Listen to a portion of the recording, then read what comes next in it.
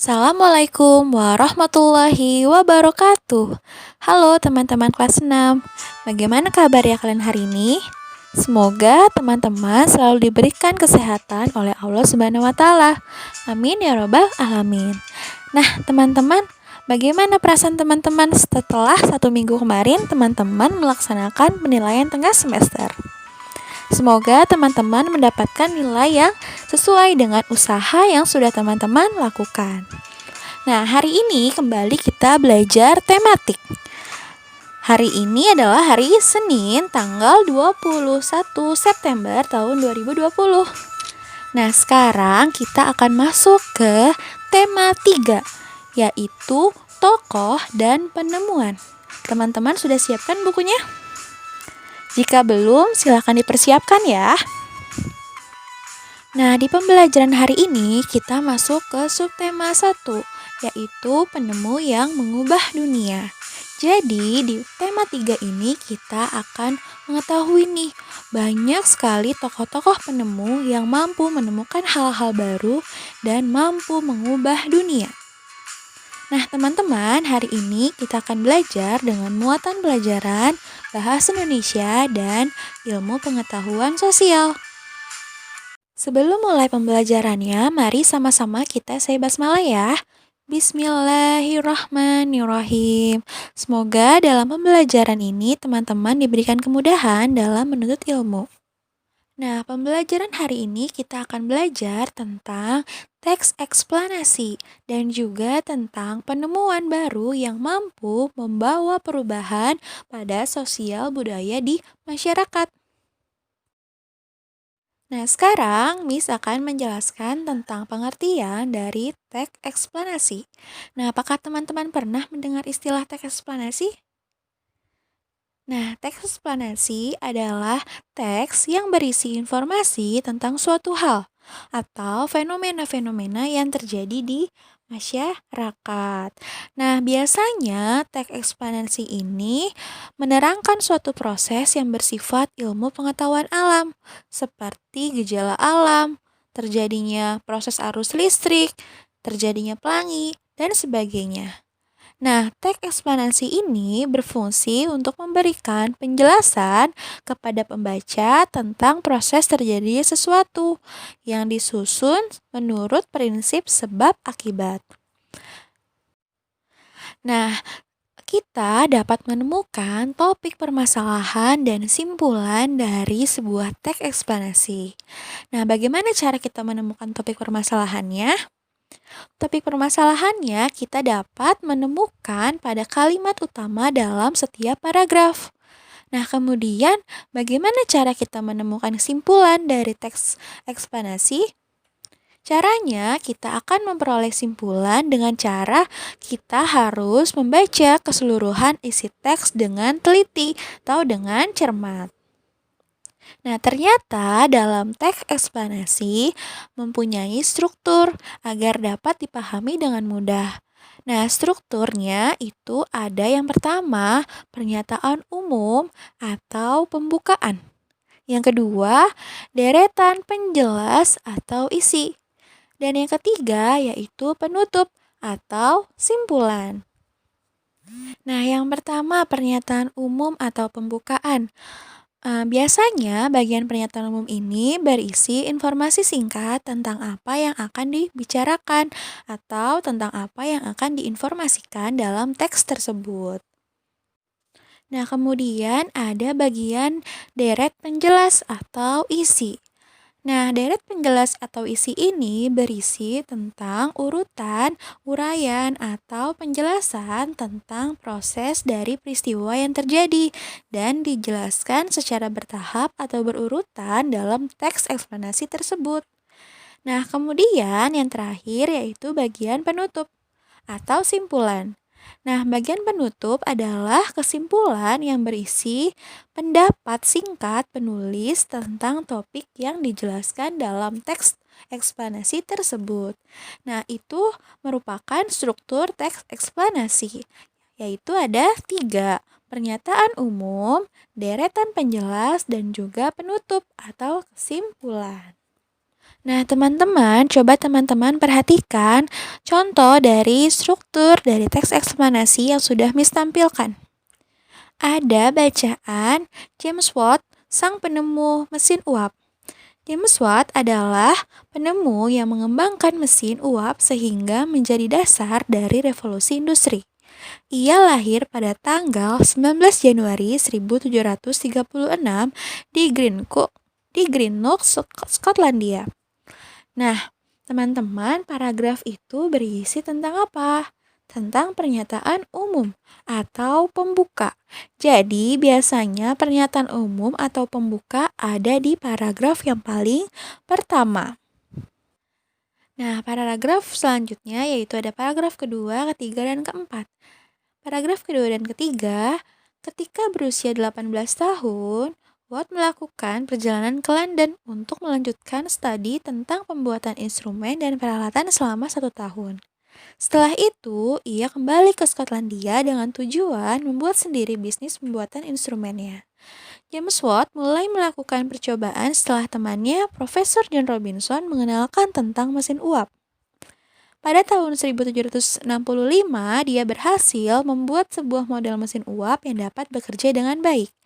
Nah, paragraf kedua dan ketiga tersebut merupakan deret penjelas atau isi dari teks bacaan tersebut.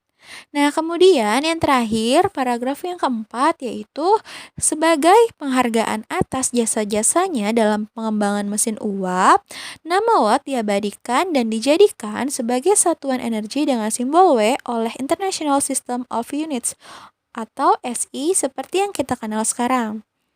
Ia dikenal sebagai penemu yang memberi dampak positif bagi manusia. Nah, paragraf terakhir tersebut merupakan simpulan atau bagian penutup dari teks eksplanasi tersebut. Nah, jadi dalam teks tersebut ada 3 bagian struktur teks eksplanasi. Yang pertama ada pernyataan umum, kemudian ada deret penjelas, yang terakhir ada simpulan atau penutup. Nah, kemudian kita akan belajar cara menyajikan informasi penting dari teks eksplanasi dalam bentuk diagram. Nah, caranya kita dapat menemukan informasi dari teks eksplanasi dengan cara yang pertama, kita harus membaca dengan cermat dan menjawab pertanyaan. Yang kedua, kita baru dapat menuliskan informasi dalam bentuk diagram. Bagaimana bentuk diagramnya? Nah, bentuk diagramnya seperti yang sudah Miss tampilkan dalam gambar. Berikut contoh diagram yang dapat dibuat dari teks eksplanasi berjudul James Watt, sang penemu mesin uap. Nah, jadi ini diagramnya teman-teman. Yang pertama, paragraf pertama topik masalah. Apa yang dibahas pada teks? Kemudian untuk paragraf kedua yaitu deret penjelas. Mengapa James Watt pergi ke London? Paragraf ketiga masih deret menjelas bagaimana mesin uap ditemukan. Dan paragraf yang keempat, kesimpulan atau penutup. Apa yang dapat disimpulkan dari teks? Nah, teman-teman, itu merupakan contoh dari menyajikan informasi penting dari teks eksplanasi dalam bentuk diagram. Yang di tengah-tengahnya itu merupakan judul dari teks eksplanasinya. Nah, untuk teks eksplanasi, kita juga belajar cara membuat simpulan dari teks eksplanasi. Caranya ada 3, teman-teman. Yang pertama, kita harus membaca seluruh teks terlebih dahulu. Jika sudah selesai dibaca, cara yang kedua, kita harus catat pokok pikiran dari setiap paragraf dalam bentuk kalimat atau dalam bentuk kata. Nah, jika sudah, barulah cara yang ketiga, kita baru bisa menyusun paragraf yang menjadi padu. Nah, itu adalah cara membuat simpulan dari teks eksplanasi. Nah, sekarang kita akan masuk ke muatan pelajaran IPS tentang penemuan baru membawa perubahan sosial budaya di masyarakat. Coba Miss mau tanya sama teman-teman, pernah tidak terlintas di pikiran teman-teman? Kalau apakah dulu ada listrik? Apakah dulu ada handphone? Atau apakah dulu ada laptop? Ada AC? Dan lain-lain? Nah, tentu pada zaman dulu tidak secanggih zaman sekarang. Sebelum adanya penemuan-penemuan oleh tokoh-tokoh yang hebat. Nah, sekarang coba teman-teman perhatikan gambar yang Miss tampilkan berikut ini. Nah, di situ ada gambar. Yang pertama, gambar ketiga anak yang sedang belajar dengan menggunakan pencahayaannya bukan dari lampu, melainkan dari apa itu? Dari lilin. Kemudian juga ada dari lampu tempel. Nah, kemudian ada juga yang bentuknya segitiga tuh teman-teman yang ada buat pegangannya. Kira-kira teman-teman tahu tidak itu apa? Itu adalah setrika arang. Jadi pada zaman dahulu sebelum adanya listrik, orang-orang menggunakan setrika arang untuk membuat pakaian menjadi tidak lecek atau menjadi rapi. Nah, kemudian ada gambar memasak dengan menggunakan kayu bakar. Karena pada zaman dahulu juga belum ada kompor. Jadi banyak orang yang masih menggunakan kayu bakar. Nah, selanjutnya ada gambar kaleng. Teman-teman pasti sudah pernah ya praktek membuat pakai suara dari kaleng yang disambungkan dengan benang. Nah, kemudian ada kentongan. Pada zaman dulu, sebelum canggih seperti sekarang, biasanya orang-orang mengumpulkan massa itu dengan cara memanggilnya dengan kentongan. Nah, kemudian juga ada gambar lonceng atau bel. Selanjutnya ada gambar apa itu? Gambar televisi dan gambar yang lainnya. Nah, itu merupakan perubahan teknologi yang dari zaman dulu sampai zaman sekarang. Nah, jadi teman-teman jangan lupa untuk bersyukur karena sekarang nih teman-teman belajar dari rumah. Coba bayangkan kalau tidak ada teknologi yang canggih seperti sekarang. Bagaimana belajarnya ketika ada wabah COVID seperti ini? Nah, jadi adanya penemuan-penemuan baru yang ditemukan oleh tokoh-tokoh yang sangat hebat itu membawa perubahan sosial budaya di masyarakat. Contohnya perubahan apa nih? Yaitu perubahan tentang perilaku, sikap, kemudian tata kehidupan masyarakat. Nah, perubahan sosial budaya juga biasanya terjadi nih dari kehidupan yang tradisional menuju kehidupan yang modern. Nah, salah satu penyebab terjadinya adanya perubahan sosial budaya yaitu dengan adanya penemuan-penemuan baru yang ada di masyarakat. Nah, ternyata penemuan baru tersebutlah yang membawa pengaruh besar terhadap perubahan sosial budaya dalam masyarakat. Nah, kita juga harus pandai untuk memilih menggunakannya dengan baik. Tentang adanya teknologi, kita harus menggunakannya dengan bijak. Nah, sekarang coba teman-teman perhatikan nih tabel yang sudah Miss tampilkan. Ada dua kolom, yaitu kolom sebelum ada listrik dan setelah ada listrik. Wah, ternyata banyak sekali perubahannya ya. Yang sebelum ada listrik itu orang menyetrika baju dengan menggunakan setrika berbahan bakar kayu. Kemudian setelah ada listrik, menyetrikanya menggunakan setrika listrik. Kemudian sebelum ada listrik, komunikasi hanya dilakukan secara tatap muka di suatu wilayah saja. Tetapi setelah adanya listrik, kita bisa melakukan komunikasi jarak jauh seperti yang Miss lakukan dengan teman-teman. Kemudian yang ketiga, masyarakat hanya bekerja pada siang hari sebelum ada listrik. Nah, setelah ada listrik, kegiatan lembur kerja dapat dilakukan di malam hari karena sudah ada penerangan. Kemudian yang keempat, Sebelum ada listrik, siswa belajar menggunakan lampu minyak sebagai penerangannya. Nah, setelah ada listrik, siswa dapat belajar dengan menggunakan lampu listrik sebagai penerangannya. Kemudian, yang kelima, sebelum ada listrik, kegiatan pertunjukan hanya dilakukan di siang hari, karena kalau dilakukan di malam hari pasti tidak terlihat. Nah, setelah ada listrik, kegiatan pertunjukan dapat dilakukan juga di malam hari. Kemudian, sebelum ada listrik, mengisi bak air dengan timba tali. Nah, tetapi setelah adanya listrik, kita dapat mengisi bak air dengan menggunakan pompa air listrik. Nah, itu adalah perbedaan sebelum ada listrik dan setelah ada listrik. Nah, teman-teman, Miss tampilkan lagi nih tentang pengaruh listrik terhadap kehidupan masyarakat di lingkunganku.